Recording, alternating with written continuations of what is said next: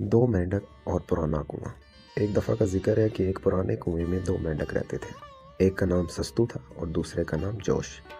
दोनों बचपन से इस कुएं में रहते थे और इन्हें लगता था कि दुनिया अब इतनी है जितनी उन्हें ऊपर से नज़र आती है। एक साल शदीद गर्मी पड़ी और कुएं का पानी आहिस्ता आहिस्ता सूखने लगा।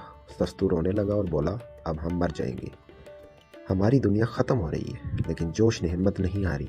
उसने कहा, हमें इस कुएं से निकल कर नई जगह ढूंढनी चाहिए।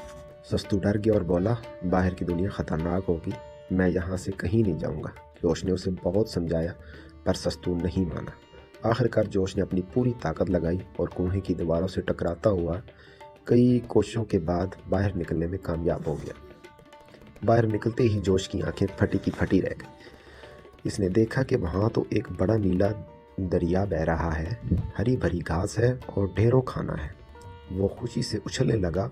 इसने कुएं के अंदर झांका और सस्तू को आवाज़ दी, सस्तू बाहर आओ, यहाँ की दुनिया बहुत खूबसूरत है। लेकिन सस्तू ने अंदर से जवाब दिया, तुम झूठ बोल रहे हो, इस कुएं से बड़ी कोई जगह हो ही नहीं सकती।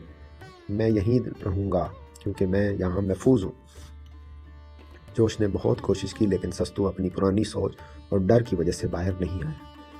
कुछ दिनों बाद कुआं पूरी तरह सूख गया और सस्तू अपनी जिद की वजह से जान से हाथ धो बैठा, जबकि जोश नई और हरी भरी दुनिया में खुशी से रहने लगा।